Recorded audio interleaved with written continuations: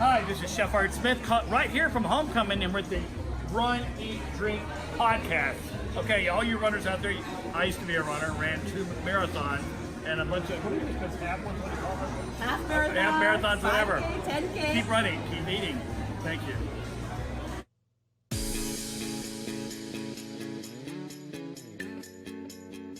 Welcome to the Run, Eat, Drink podcast. We feature destination races from across the country. And after the race, we take you on a tour of the best local food and beverage to celebrate. So whether you are an elite runner or a back of the packer like us, you'll know the best places to accomplish, explore, and indulge on your next runcation. Hey, welcome to episode 113 of the Run, Eat, Drink podcast. I'm your host, Aimee. And I'm your co-host, Dana. Welcome to the show. The show, we hope it finds you well and safe, and we thank you for tuning in. And as we record this, happy belated Mother's Day to all the moms out there. Yes, to all of those, we hope you had an amazing celebration with family, friends, loved ones, whether it be virtual or in person. We hope you had a chance to relax and celebrate this weekend. Put your feet up.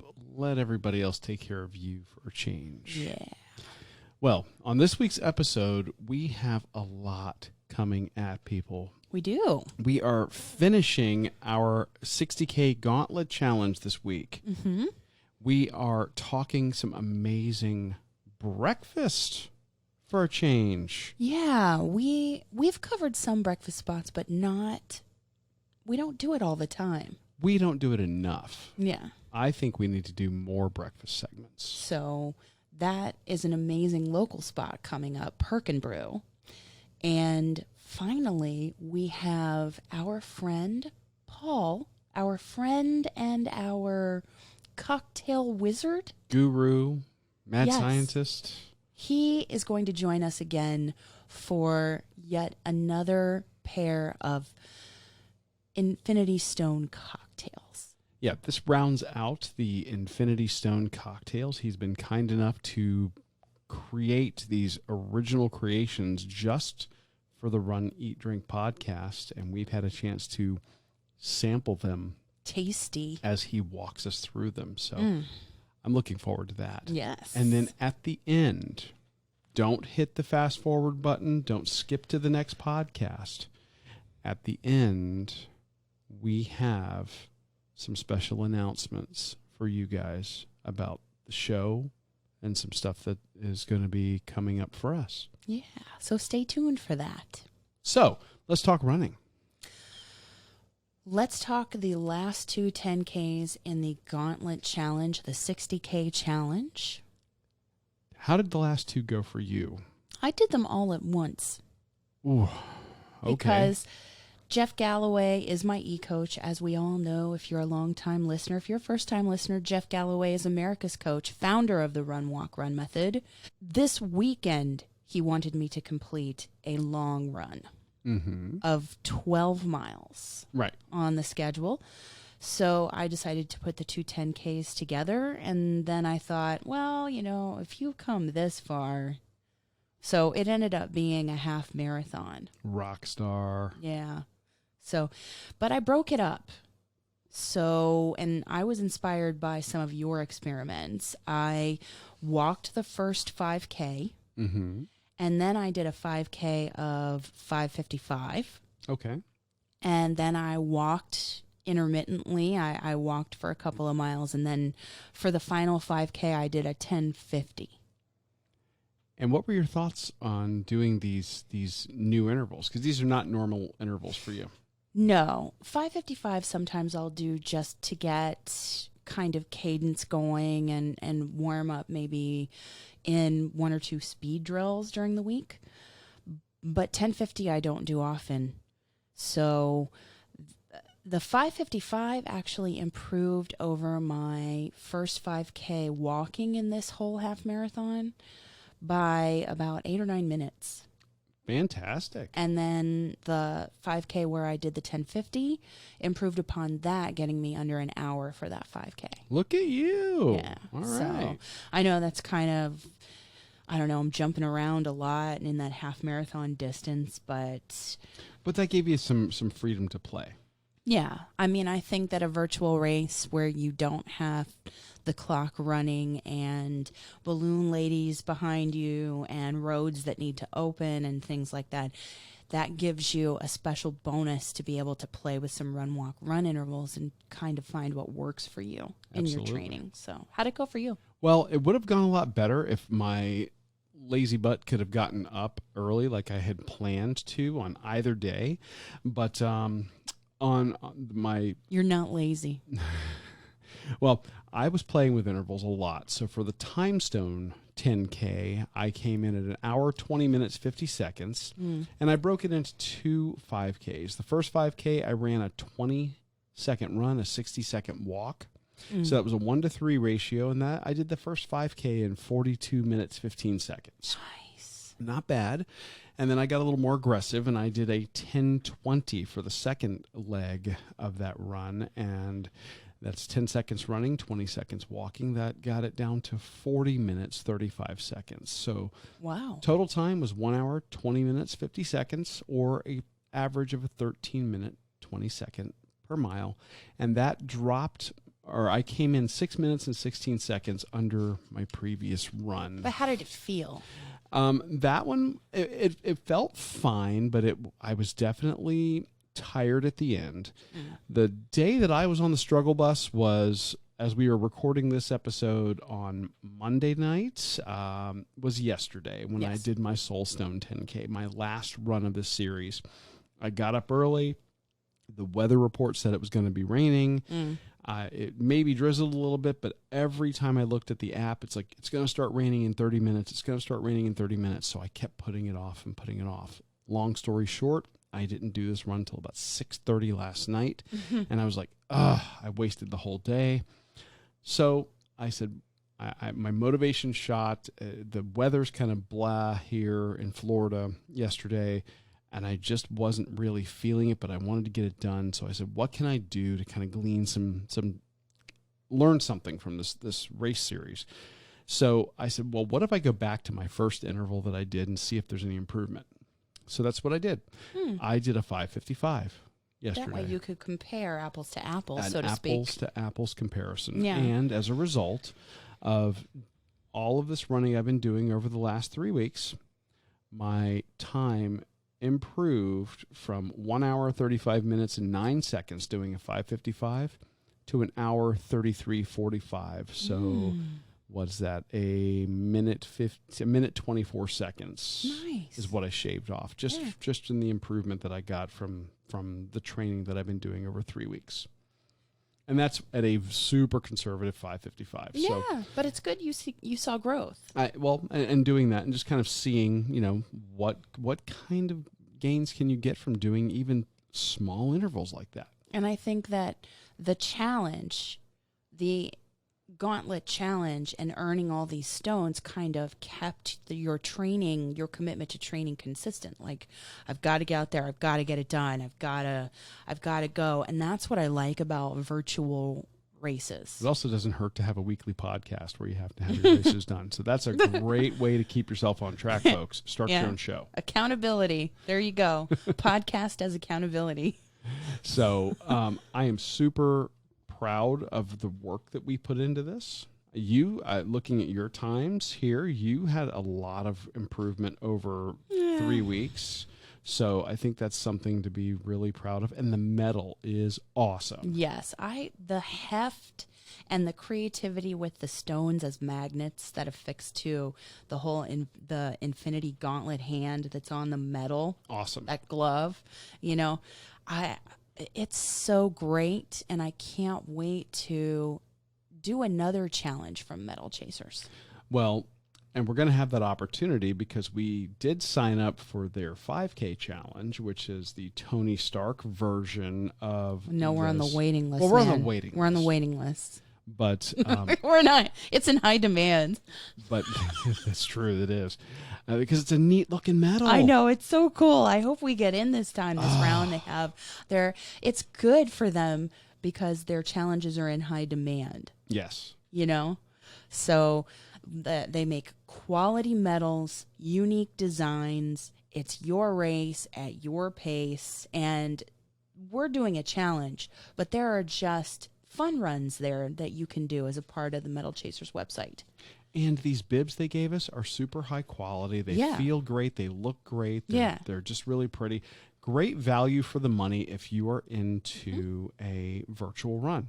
Yeah, because this one was $25, and man, the heft of the metal, the ribbon, and the design on the ribbon, fantastic. And the magnets, they are no slouch. I mean, they are hardcore. They're not falling off. No, they're not. Of the whole metal itself. I mean, that thing I wore once we earned it out and about, because we. You know how we do it at Disney? Oh, how we wear the well, I just felt like, hey, I earned it, so I wore it anywhere we went the day that we finished. But that's how cool it is. It really is. What was also really cool was to get an opportunity to talk with Bill and Kristina from Metal Chasers. Yes. They talked about their company, the inspiration behind some of these races, the charities that they support. Yeah. And you know what? Yeah. We get to share that conversation with the listeners of the show. Today, on this episode. Shall we play it? Let's go. Hey, everybody, we are about to start the run portion of the Run, Eat, Drink podcast. And of course, I'm always joined by Dana, but we happen to be lucky enough to be joined by Kristina and Bill Craig, who are the owners, the founders of Metal Chasers. They join us today on Zoom. Welcome to the Run, Eat, Drink podcast, you two. Thank you. Thanks so much for having us.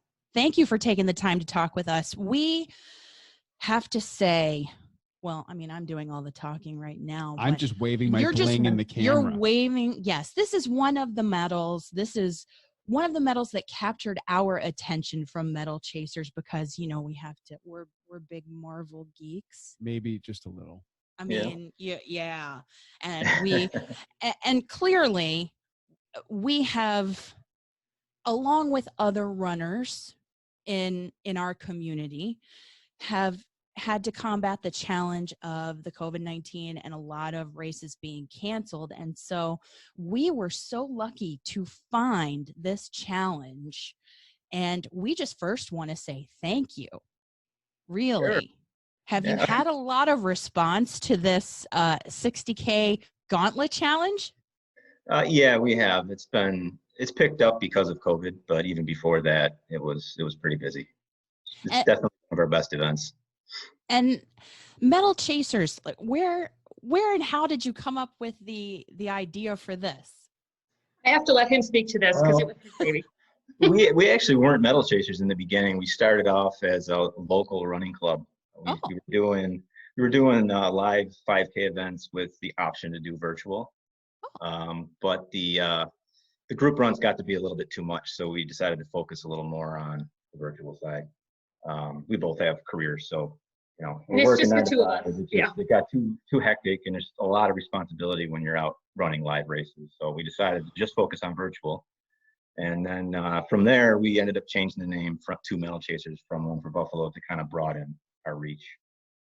Oh, so originally it was, because you're based out of New York, it would be running groups there, but you've, by creating and steering it towards virtual, you have had the chance to make it global.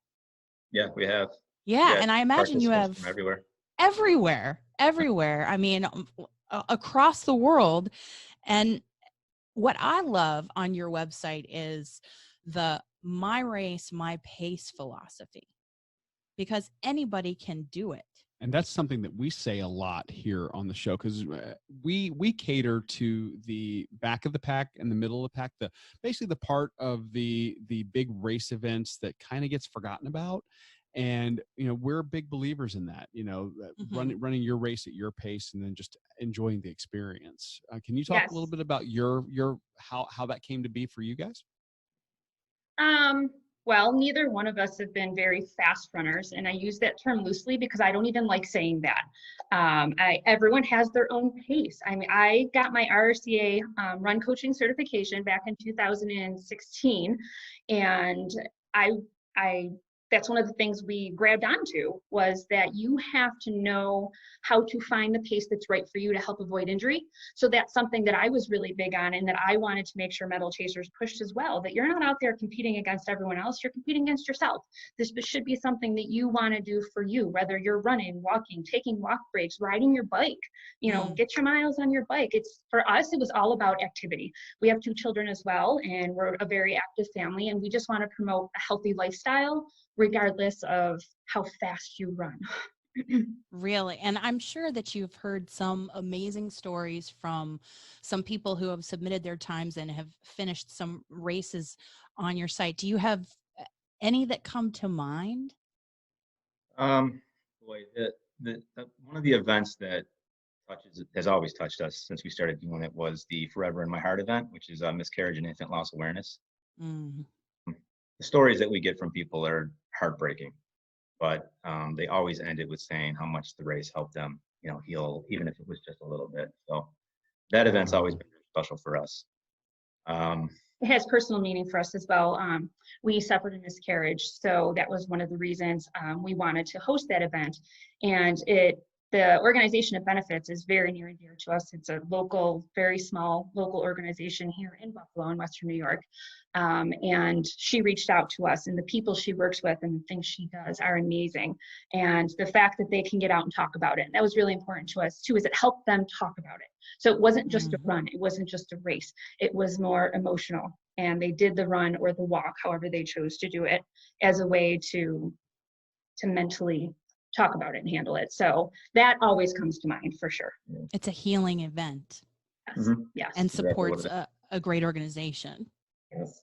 As does, several of your virtual race events. Yeah, I was very impressed by the breadth of charities that you guys support, and I think it's fantastic that you're not just picking one or two. I mean, you really do have quite a list of charities that you guys are helping out with these events. Yeah, we try to do our best to kind of reach as many causes as possible. So there's people are associated or affiliated with causes all over the place, so we try to get as many as we can.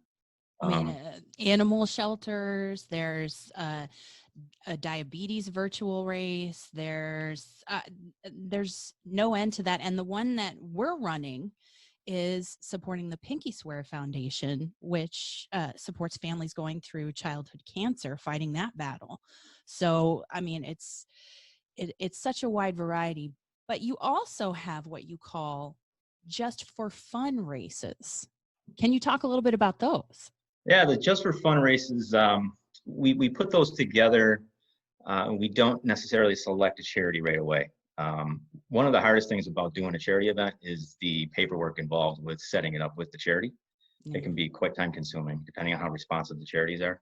So with the Just for Fun events, we just put the medals together, we design the bibs, we get them into production, and then we launch them. And then at the end of it, we'll choose any random charity, or we'll choose to sponsor a local club or something with the proceeds of it. That gives us a little bit of freedom, I guess, in what we do with the event. So, I mean, it is a charity event, but we're not really promoting it as a charity event because we can't, because we haven't gone through the necessary legal paperwork with the charity to use their logo and their name. Until we do that, we really can't announce it as a charity. So some of the just for fun ones, they support local clubs? Some of them do, yeah. One of them supports my son's swim club, and it's a local non-for-profit foundation. One of them, actually, the two superhero ones that we have a Batman themed and a Wonder Woman themed one. That one supports Capes for Heroes. I think it's around, we've raised about $1,500 for that one. That's a relatively newer event. So it depends. It depends. And the nice thing about them is we didn't have to fill out paperwork, because they actually, in addition to doing like an event like a charity run, you can also just sponsor kids through. So that's what we did. We just sent them some money and said, here, use it as you see fit for the kids that you're helping. And the best part is we find out a lot about a lot of these organizations through the runners. through the people who participate. We became, I would say, friends, Facebook friends. We haven't met him in person yet, but with someone who is really big on the Pinky Swear Foundation because he lost his son to cancer, and he was the one who reached out to us and said, "Hey, this organization is really great, and we'll reach out to people too with causes that we know mean a lot to them and say, is there an organization you're passionate about?" And that's how we get a lot of our ideas.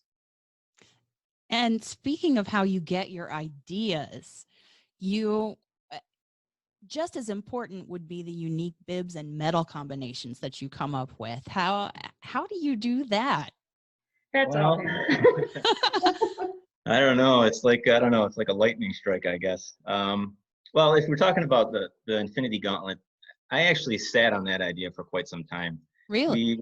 We went to see, I think it was Infinity War when that came out in 2018, I think it was.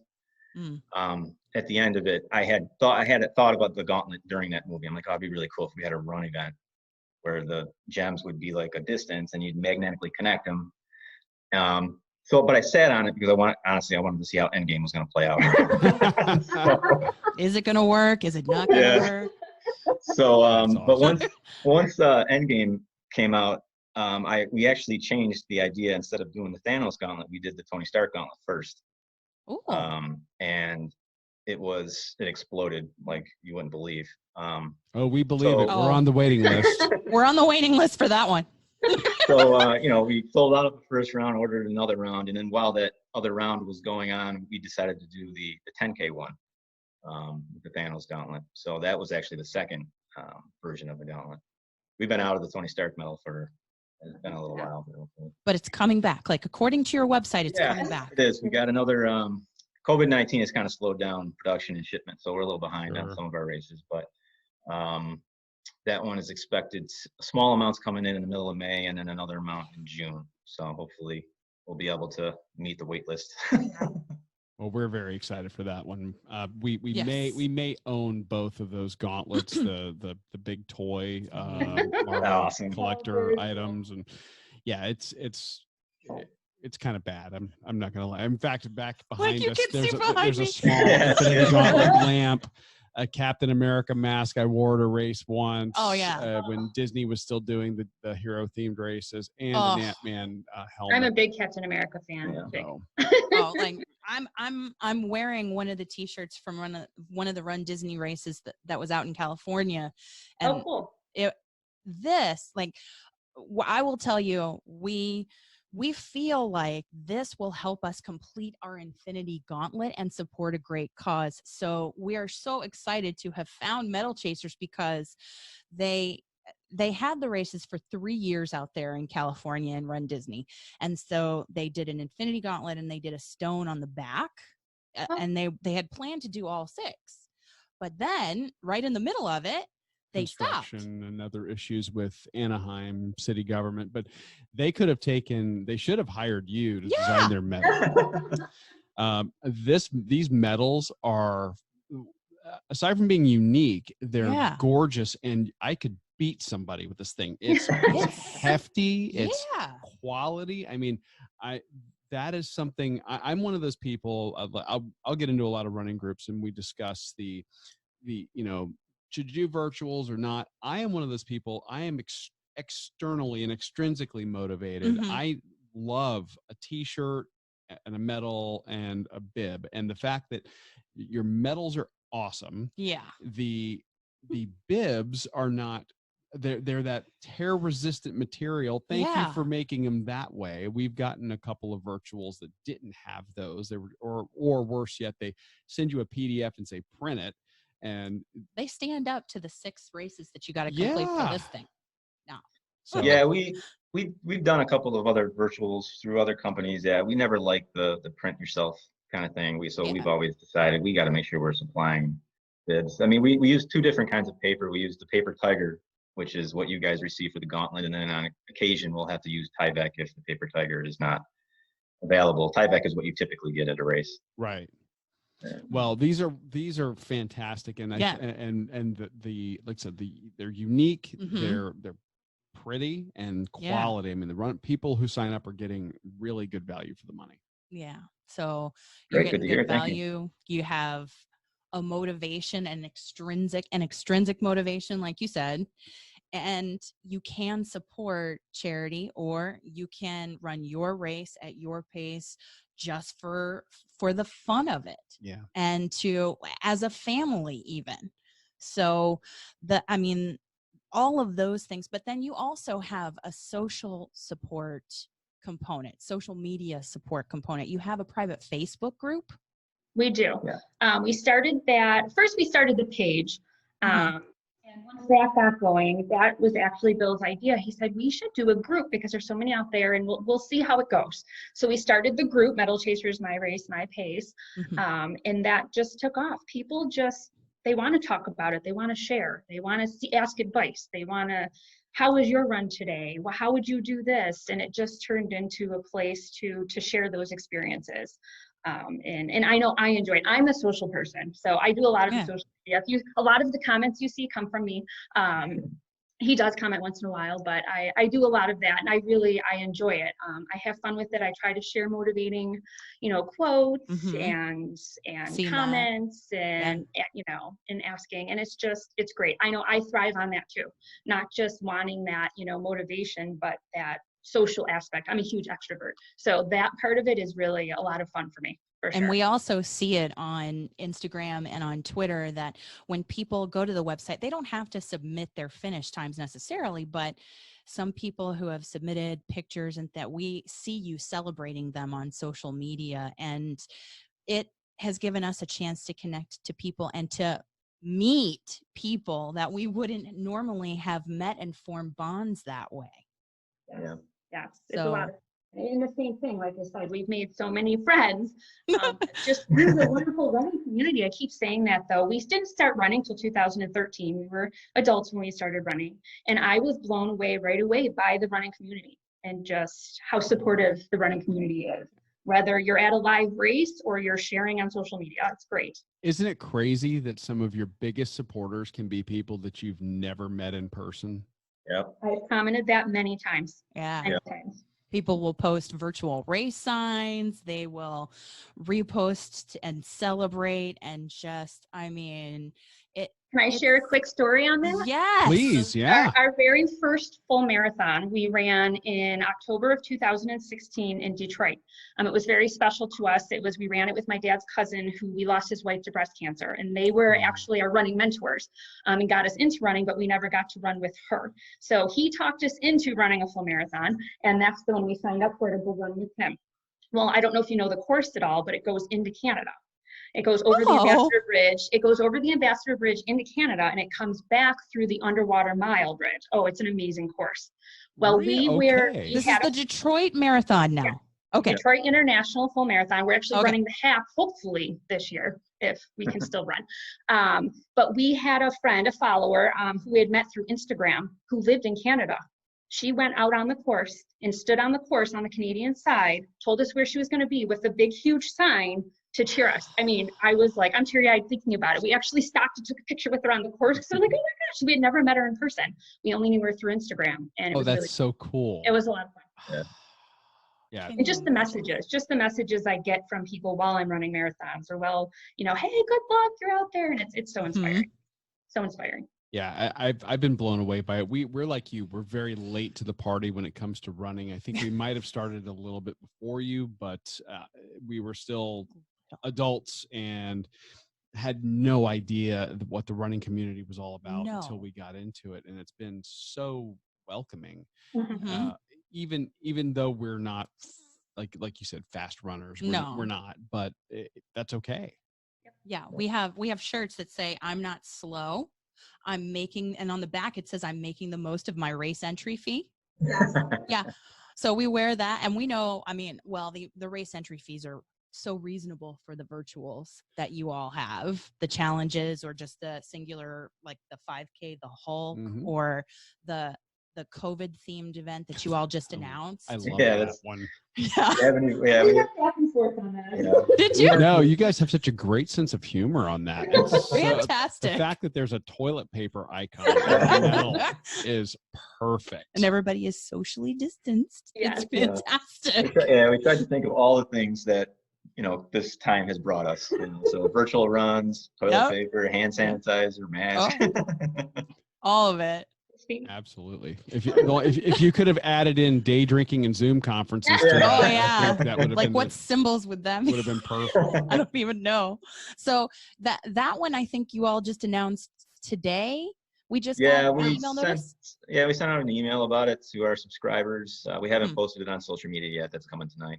Yeah, and so that's coming out. We're releasing it, but the medal won't ship until the end of the month. Until the end of May. And then do you have others in the works that you are like special secrets for the Runcation Nation here? Well, let's see. We have the Metal Chasers Assemble series that we're doing. It just opened. I'm very excited about this. We just launched the first one, and that's the Hulk theme medal. So we got more medals coming for that series. Love that. We're doing an Everyday Heroes series soon. That'll be like a medal for nurses, police, fire, teachers. Very cool. Be a whole series of medals. That'll be later this year. We're working on a villains theme series of medals, not just Disney princess villains, but villains across all platforms and fandoms. Oh, that will be super popular, I think. I'm motivated to run several of these events because you're in law enforcement, so we got to do that one. You were a teacher. I was a teacher, so we got to do that one for 12 years, and I still am, sort of. But in my day job, but the villains, and the Heroes Assemble series. I think we must do that. We must do that. Cool. Then we got a bunch of our normal charity events. We've got Run the Bases for ALS, which is one that we do every year. That's coming out soon. This is our fourth year. Fourth year. We do a Run Fort Marty event, which is one of our bigger charity events. It's a Back to the Future theme. Nice. Fourth year for that one. That's for Parkinson's. Forever in My Heart will be back again later in the year. We'll do a veterans charity run. We usually do one of those every year as well. Yeah. How can people find out more about your events? They can visit our website, www.metalchasersvrc, it's virtualrunclub.com. They can find us on Facebook, Instagram, Twitter @metalchasers. And I think that's it, right? Yeah. I think that's it. We will definitely link to the website and all of your social media channels. Is there a special requirement to be a part of the Facebook group? No, not at all. Just request to be added, and either one of us will add you or one of our moderators will look at you and make sure you're a real person and a runner. The group is pretty laid back. We do have a couple of people who keep an eye on it and just accept people in and make sure that we haven't had any issues, but just to make sure that everyone's being nice.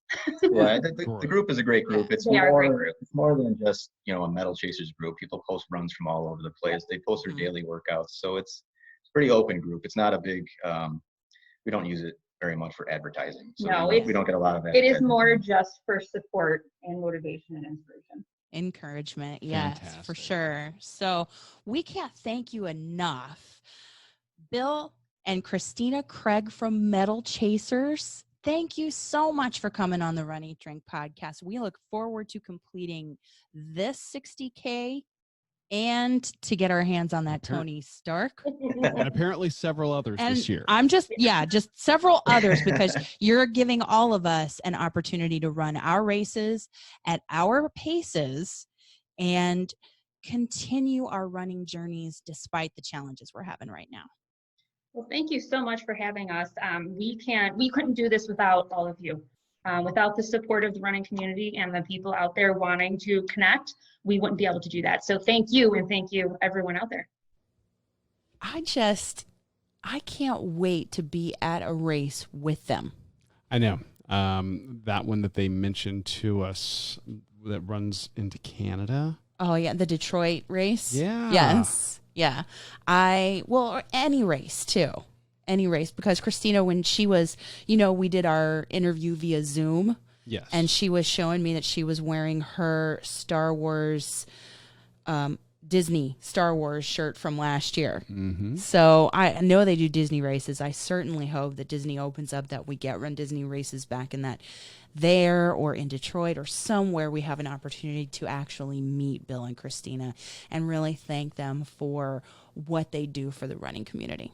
Like I told you, all that running in those last 2 10Ks or the half marathon that I ended up doing. I mean, you know, I don't want to toot my own horn, but it made me hungry. You should toot your own horn. That's an awesome accomplishment, and it was absolutely a well-earned breakfast. Well, I came in and I was like, I need a good celebratory meal. You did. It Yeah. was literally, I only did 2 miles that morning because I wasn't feeling it, and I said I'll just put it off till tomorrow, and I said fine, let's go get some breakfast. Yes, and I was so happy that you did, because it gave us a chance to revisit a place that we fell in love with during the South Cape Takeout Weekend 2020.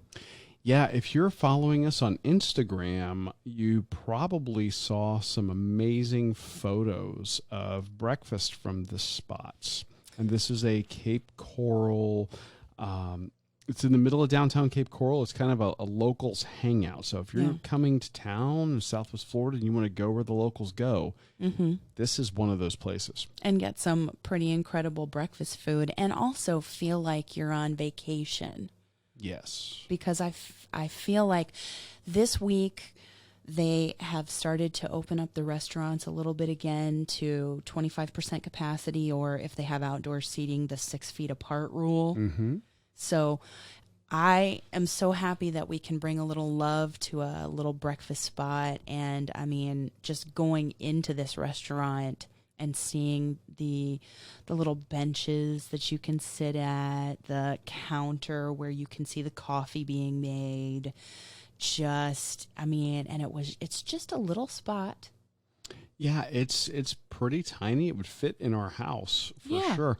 And they capitalized on the fact that this is a kind of a forced slowdown of business, and they're doing some renovation and remodeling right now. Smart. So- So things were moving around, and they were kind of installing some new seating, and it's going to look really great when it's done. Yeah, it has kind of a nautical sort of theme to it. It's what it feels like to me. But the food is just, kind of new American, all American, just classic breakfast food. I mean, Yeah. no way to really doll that description up. I mean, tell them about what you got. I don't think it needs it. I really don't think it needs it. I got we got the breakfast sandwich, their egg sandwich, and there's a choice of bread, there's a choice of cheese, and a choice of meat that you can get, and then you can get fruit on the side, or you can upgrade to tots for I think $1.50. Yeah, something like that. Yeah. So I got the croissant with cheddar and bacon. Oh. Hang on. Because, my mouth is watering, as it does in this segment. They get fresh croissants every day. Let's start there. And they're so buttery, and they're crispy on the outside, and they're flaky, but then they're tender on the inside. And I can just, describing it for you now, I can just feel the pillowy bread inside the croissant. Oh, and it's a scrambled egg, but it's flat. It's not going to make a mess. It's almost an omelet. Yeah, it's almost like an omelet without any filling. Right. Yeah. Yeah. That's a perfect way to describe it, actually. Yeah, they scramble the egg, they let it kind of spread out in the griddle, and then they fold it over to fit the sandwich. And then they top it with the cheese. And then we got bacon, although they'll do turkey sausage. And was there a third option? I don't remember a third option. I think it was bacon or turkey sausage is all I remember. Yeah. So the bacon was crisp. It was perfectly done.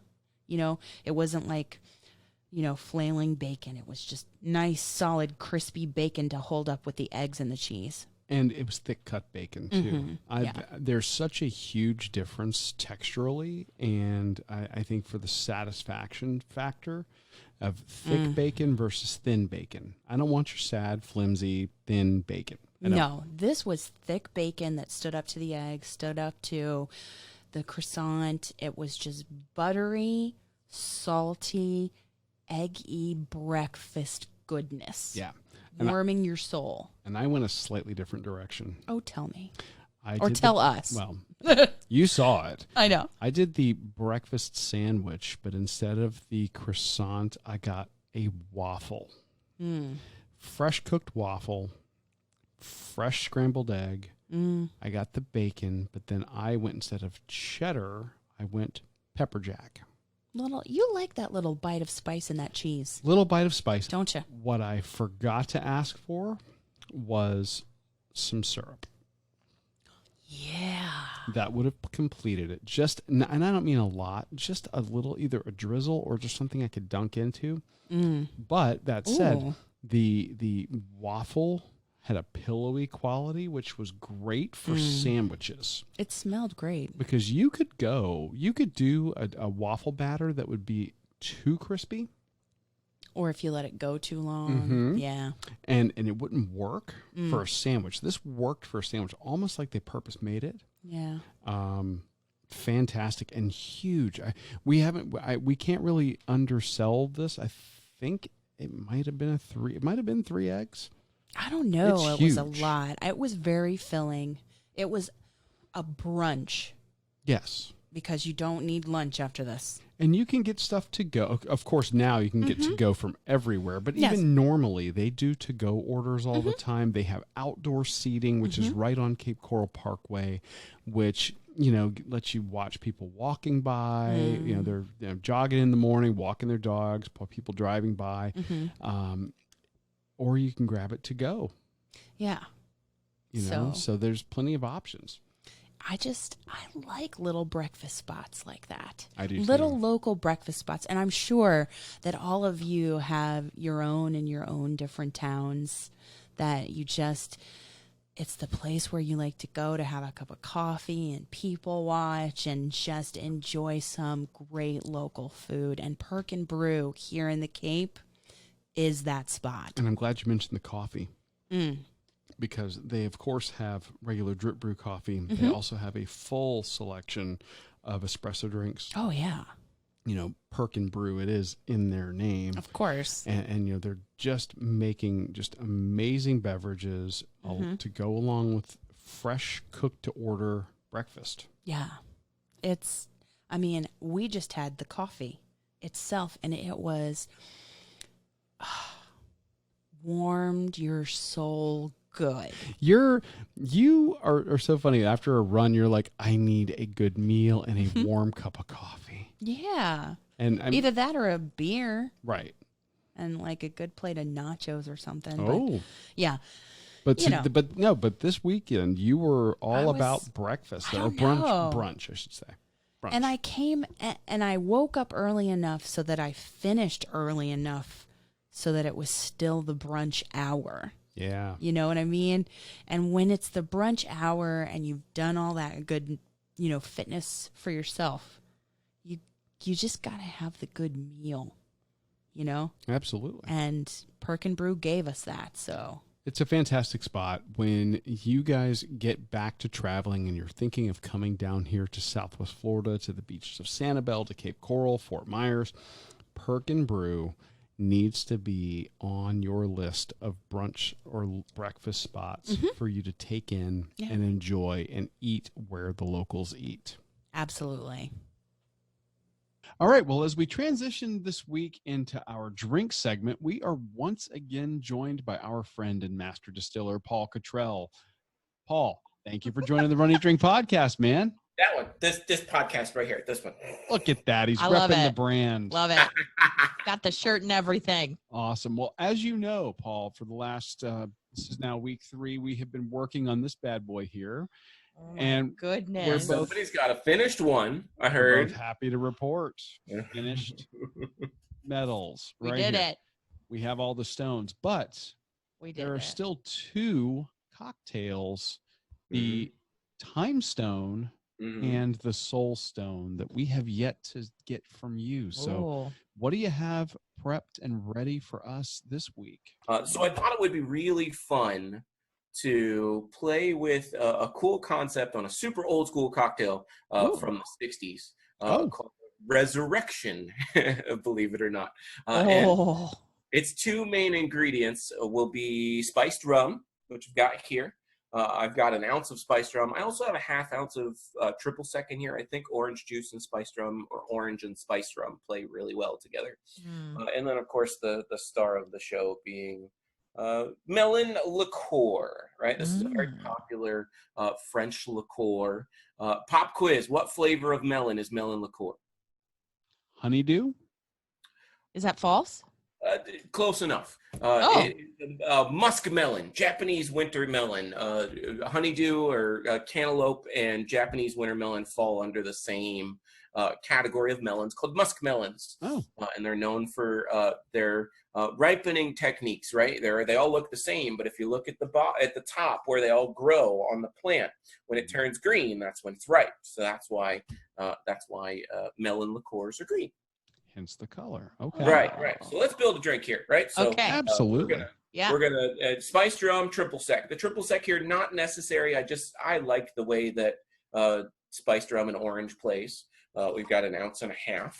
And then the star of your show, of course, being your Midori, your green melon liqueur, whatever brand you want to get here. And this is going to be a what color do you want it to be situation, just like the blue curacao was, just like the grenadine was. An ounce should get you right where you want to be. If you want to go up to an ounce and a half because you want more of that neon green look, go for it, right? Okay. Now, that is a liqueur. People should be aware melon liqueurs are sweeter. Sweet, lower in alcohol, correct? Yes. Oh, yeah. So that's why this drink is. People look at this drink and you go, "Wow, there's 3 ounces of alcohol in here." The liqueurs in here don't really play like a vodka or a rum would, as like a classic high, proof kind of thing. Okay. And then the other thing we've got here is I've got a little lime juice in here, and lemon juice would be good, and then coconut water. I like this kind of refreshing note of coconut water. Coconut plays really well here, especially coconut water because it's light. Okay. And it's this. This will go back to those gin drinks we were talking about with the drink being lengthened. And that's not to be confused with cream de coconut or coconut milk.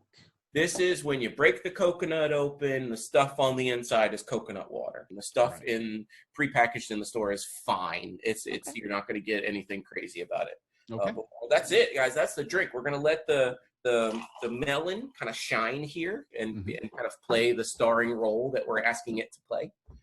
And then we've got some complementary flavors in there with the rum and the lime, and then the coconut water is going to help kind of stretch it out, but still let that melon kind of come through. All right, here we go. Cocktail time coming in. Send it. Okay. Oh, look at There that. it is. Look at that. Sorry. Dormammu. I have come to bargain. Let's bargain. I can watch that sequence over and over. I think that is so clever. Oh, yeah. And speaking of clever, this, if I didn't know what was in it, I actually might initially not even guess explicitly coconut. It's almost got a vanilla kind of thing going on when you combine the flavors. It's but I get a sweetness though. Yeah. This is definitely 2 ingredients that you wouldn't typically pair together. Nobody would think about wanting to put spiced rum and melon in a cocktail. Right? So we need a Soul Stone. So a Soul Stone drink. For those of you who don't know, the Soul Stone in the MCU is orange, right? And because of how important the Red Skull was to the Soul Stone, we wanted to kind of play towards that Red Skull and kind of give a nod in this orange drink. To the Soul Stone. So what I've done is I've got a cup here, right? I've got my tall cup again. You look at the bottom here. That's grenadine. Look at you. This is a fun little bartender's trick, right? Grenadine is heavier. It is more dense than the liquid that you put in here. So take an empty cup, put the grenadine in the empty cup, and then put the ice in. We're going to basically use the ice as our way to layer this. So when we pour this drink in here, the ice is going to prevent the grenadine from mixing with the rest of the drink without having to do these fancy pants bartending layering techniques with spoons, which are possible. But this is I'm too lazy to break out my layering spoon. So if you get a tall glass, you fill it with ice, you put grenadine in the bottom. The grenadine's always going to stay at the bottom because the ice is going to prevent your cocktail from kind of shoving its way down. Gotcha. Nice. Okay. So we're gonna make a play on a zombie. This is a classic tiki drink that utilizes two of my favorite liquor ingredients for cocktails on the planet in both orange juice and passion fruit juice. Passion fruit juice is a very underutilized ingredient for me in cocktails. But then we're gonna take this rum tiki drink, right? And then we're gonna say, we're gonna make it with gin instead. Oh, okay. Right. Because I want to kind of play off that sweet versus kind of depth, where gin gives you a lot of depth. Rum drinks tend to be very sweet. Sure. So we're going to take a rum drink that's not known as being super sweet in the zombie, and we're going to blend it with a gin drink called a corpse reviver. Fancy name. I love it. And this is where the gin world and the rum world kind of cross, because corpse revivers are gin and OJ and passion fruit juice with some liqueurs, right? So we're going to take kind of the base of the zombie. We're going to throw the gin in there, as well as there is, I know you can't see it, but there's 2 dashes of bitters in here as well. Bitters is going to help you kind of bring some more balance to this, because we're always talking about balance in cocktail. Yeah. What type of bitters are you using? I'm sorry. No problem. Your gin is going to dictate your bitters. Ooh. Right? Because you want to play to the flavor profile of your gin. Gins have so many different flavor profiles out there. The gin that I'm using today has rose water in it. Ooh. So I tend to really like plum and rose together in cocktails. So I'm using plum bitters today. Okay. You could completely change that up depending on what kind of gin you were using. Right, bitters is one of those things that, and if you don't know, bitters is essentially very, very, very high alcohol content infused with some ingredients. With aromatics. Right, with your ingredients, your aromatics, and in this case, I want to bring some fruitiness into this drink, and that's why we've picked the plum bitters. So we've got our glass, we've got grenadine, we've got 2 dashes of plum bitters. We're going in our shaker now with our gin. And then in my kind of juice mixture here, we've got our OJ, we've got our passion fruit, and then we've got a little lemon and a little lime. We're going to utilize both of them in this drink. If you had one or the other at home and you didn't want to use them both, go for it. But I'm a cocktail nerd, and I like the way that lemon and lime play together in this particular drink. That's just me. So okay. In we go. But the citrus juice is going to be necessary here to getting that kind of playing with the bitter notes of the gin. Passion fruit juice, especially if you're going to use passion fruit, it's very sweet. So we've got to kind of cut into that sweetness. That's probably the one ingredient that's going to be hardest for people to get a hold of is the passion fruit juice. Yeah. Find yourself a Spanish market. Ah, okay. Good insider tip. There's a couple of companies out there like Jumes and some other companies that do canned juices. Every now and then you'll find passion fruit juice in your Mega Mart, wherever your grocery store is, in the cold section with the orange juice, not on the shelf, but in the refrigerated section. This cocktail will be absolutely fine without it. Just make sure you're using 2.5 ounces of juice. Okay. Right. Okay. The important part there isn't the blend of the juices; it's that you've got 2.5 ounces. Gotcha. Juice, yeah. Right. So it's all shaken up, and now if we pour this here really slowly, you should notice the grenadine stay at the bottom, and the drink just build right on top of it. Yeah. Why don't you send us one of those over here, and let's see what we get. Yeah. Oh, ours showed up a little fancy. Ooh, hello. And flying out of the And on the floor. I'm so sorry. But that's okay. But look at that stack.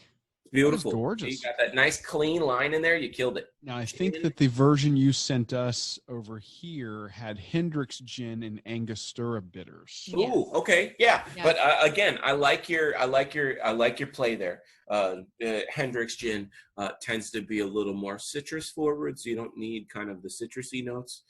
Hendrick's uses a lot more what I call Bath and Body Works notes. You get they use a bit more of the lavender and the corianders, the more juniper. They're much more juniper heavy gin, which for a cocktail like this is perfect because you need something that's got that punch to stand up to these really sweet ingredients you've thrown at it, like the orange juice and the passion fruit. If you were to make this cocktail with vodka, it would fall flat. Yeah, I can't even see that would be, and it would kind of fall flat. If you were to make this with rum or whiskey, you'd have the same problem. You would get some of those flavors, it would kind of fall flat. Gin is that kind of a flower shop in a bottle that has all these really aggressive notes that can hold its own. You can't put a heavyweight and a featherweight in the ring at the same time. It's not going to go well, right? So you got to put the heavyweight. I think that this showcases the gin. It absolutely in every way. This cocktail is solely developed to highlight the particular flavor of your gin. And honestly, you could do this with the juice too. These kind of cocktails, I tend to refer to them as dealer's choice drinks. Oh, dealer's choice drinks. Right. So the 2.5 ounces of juice can be whatever you want. Well, this rounds out our Infinity Stones, but I hear that you may have one more special cocktail exclusively for our patrons. Can you give us a little teaser of what's to come for the patrons? So basically what we're going to do is we're going to make so this is my way of kind of telling the Infinity Gauntlet story in a glass. It is a black AMF. And if you don't know what an AMF is, it's part of the Long Island iced tea family. AMF stands for Adios, Mother.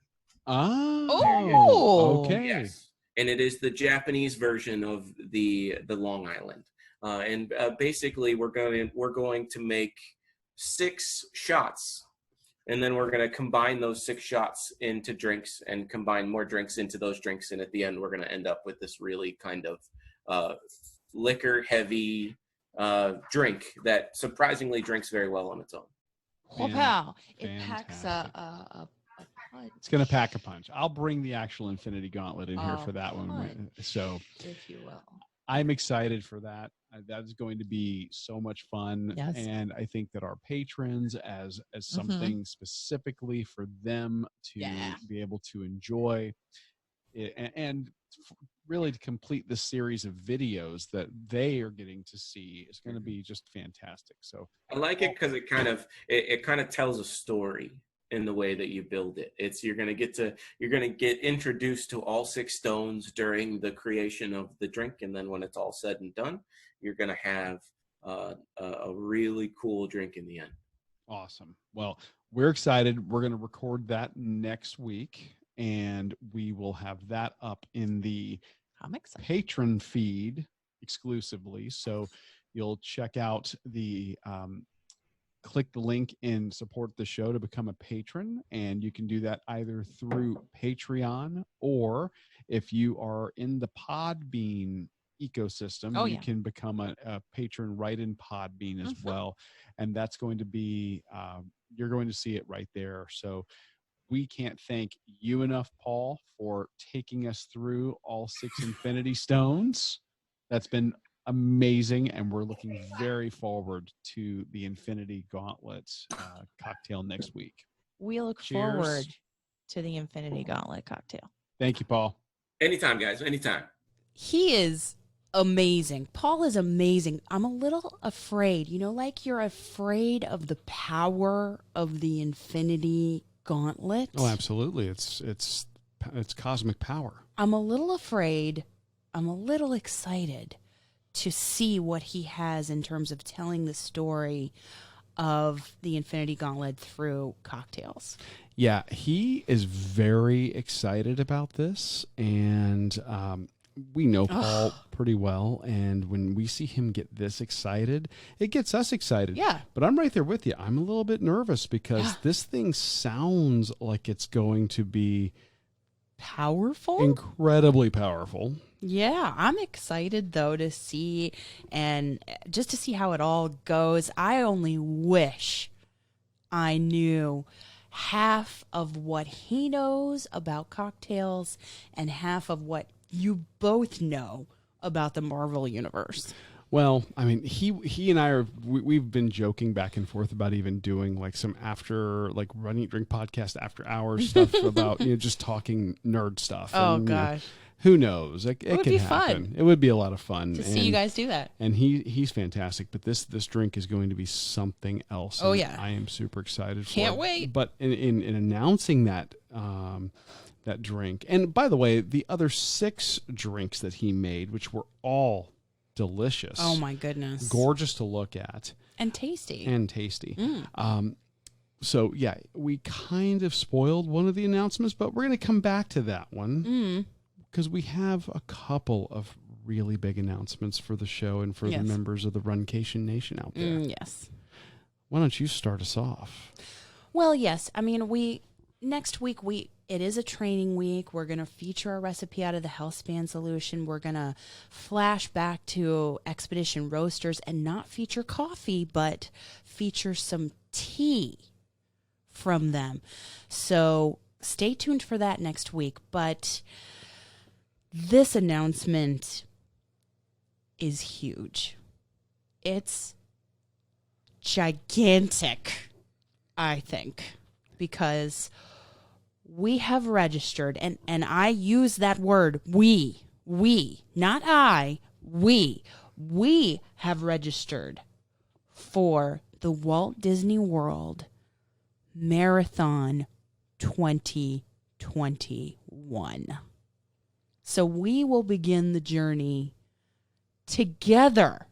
Yes, you heard it here first. Together to become marathoners. Dana said he would never do it.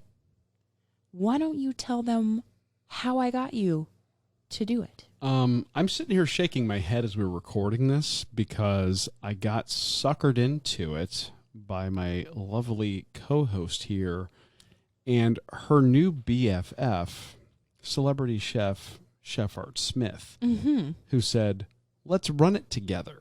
Yeah.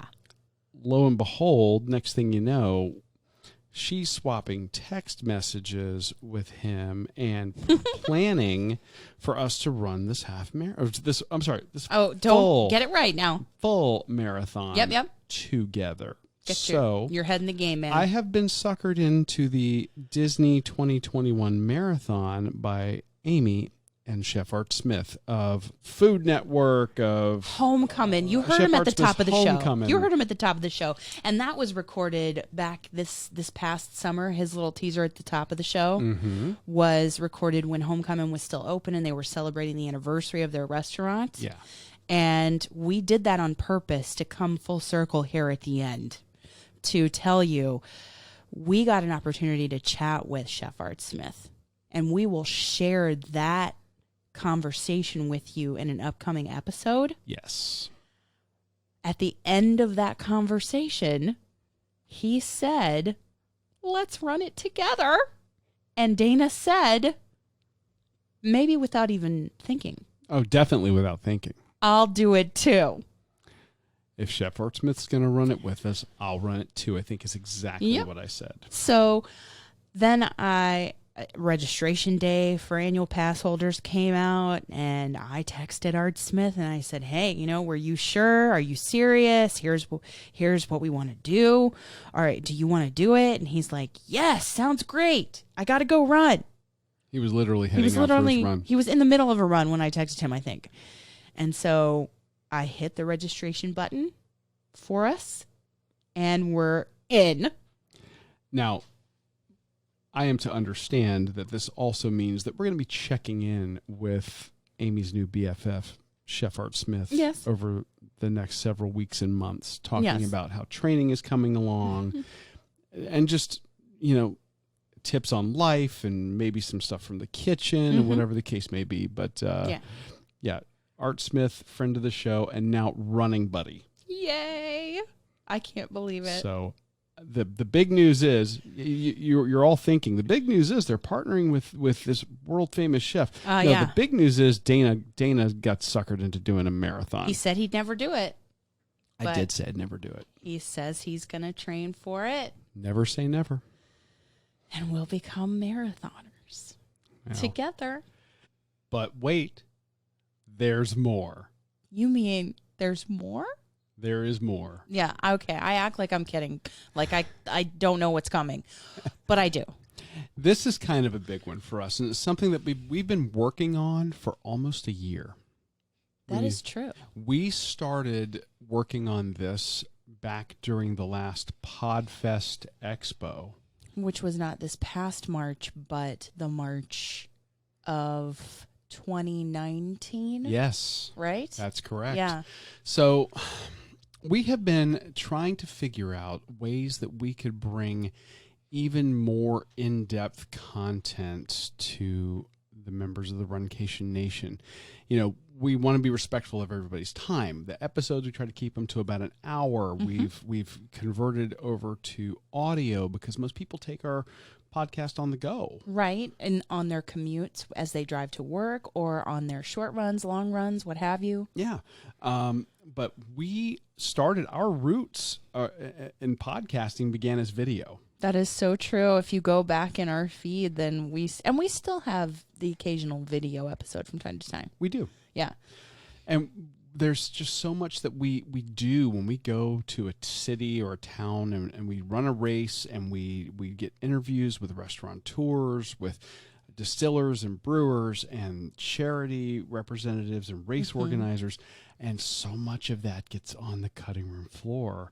And it's so cool. Some of it is really cool and fascinating, inspiring, interesting. And we want to share that stuff with you guys. So we've been trying to come up with ways that we can do that.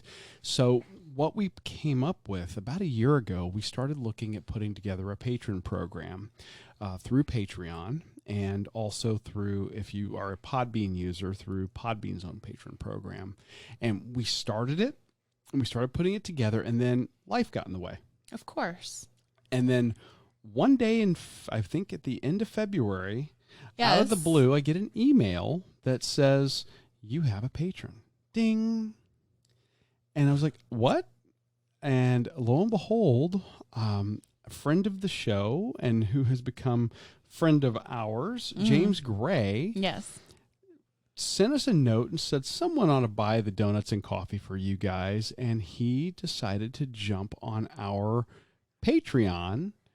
And he did it before I even finished it. It was, I can remember the day that you texted me and showed me, pull this up. Look at this notification. See, we have somebody who loves the show so much. They have become a patron. This person has become a patron before we've even put it out there that we have a patron or a Patreon program. And that was such an amazing day. And it made me realize that, especially as we started organizing things and getting things done, it really started back in February, but now with everything that's been going on, we've had a little more time to work on the show. We wanted to put together some patronage levels for people that would give them great value for their money, create some amazing content, and be a way for them to be a part of the show. Right. So we have 3 levels of patronage, and you can do this either through Patreon or through the Podbean app. If you're a Podbean user, just by on our podcast page, you can click on the button and say become a patron. Yeah, and we'll link to it in the show notes today too. Yeah, so the 3 levels are fan, founder, and insider. So what do those levels mean? Well, fans contribute $2 a month to the show, and what that says is, here's a couple of bucks to help keep the lights on and the bandwidth flowing. It's less than a cup of coffee each month. True. And for that, we are going to show you the love. We're going to shout you out on an upcoming show and give you our sincere thanks for helping make the show possible. Dare I say, make you Run, Eat, Drink podcast famous. Yes. Yes. And founders are those that want to contribute $5 a month. And what that says is, I love what you guys are doing. I want to see more. And you know what? We're going to do the same thing. We're going to shout you out on an upcoming episode. We're going to thank you, but we're also going to put your name on the newest section of our website, runeatdrink.net, on our patron wall. Yes, your name in lights to let you know just how much we appreciate that support of all of our founders. But the really cool stuff, the creme de la creme, the behind the scenes, under the kimono type look at the stuff that we're talking about, that's for the insiders. And this is what I call some next level stuff. Yes, yes. They will get a shout out on the upcoming show, any upcoming show, because again, we want to thank you for your support. But on top of that, and on top of getting onto the patron wall on runeatdrink.net, we will send you a decal. Yes, a Run, Eat, Drink podcast decal that you can proudly display to the world and let them know that you are part of the Runcation Nation. Yeah. And plus, there's more. There's still more. This is where all of the exclusive access and content comes into play. Mm-hmm. Things like the videos of Paul making the Infinity Gauntlet cocktails that he was talking about here on this episode. On this episode are going to be patron-only, insider-only content. Mm-hmm. We already have some great stuff up there for insiders. We've got some amazing stuff planned that we're going to be doing, brewery tours and cooking specials and live broadcasts. I mean, we've got a lot of stuff coming that's just for the insiders. So how do you do this? Head over to patreon.com/runeatdrinkpodcast. Or if you are a Podbean user, go ahead and look at our page, our podcast page. At the top of the page, there's a button that says Become a Patron. The 3 levels, the fan, the founder, and the insider, are the same on either platform. Both support us directly, and the insiders and the founders and the fans, you guys are going to help keep this show up and running and keep us accomplishing, exploring, and indulging with you for years to come. And we thank you so much. We will link to both of those ways to support the show in the show notes this week. I don't have anything else to announce. That's it. We have packed a lot into this episode. We can't thank Bill and Kristina enough from Metal Chasers. We can't thank Paul enough for his dynamic and awesome cocktails. It's going to be really cool next week with the Infinity Gauntlet. And we can't thank you all enough for tuning in. Hopefully this episode, like we said at the top of the show, finds you well and safe. And we thank you for taking us on your long run, on your commute, or listening to us while you're doing things around the house. Stay safe. Stay well. For now, I'm your host, Aimee. And I'm your co-host, Dana. And we will talk to you really soon. Thanks for listening to this week's episode of the Run, Eat, Drink podcast. We're having a great 3rd year because of your support. Don't forget to follow us on Facebook and Instagram at Run, Eat, Drink Podcast. And on Twitter, we're at Run, Eat, Drink Pod. You can also give us a call at 941-677-2733 or shoot us an email at info@runeatdrink.net. Visit our website at runeatdrink.net and click on the subscribe link so you don't miss a minute. Accomplish, explore, and indulge right along with us. We'll talk to you next time.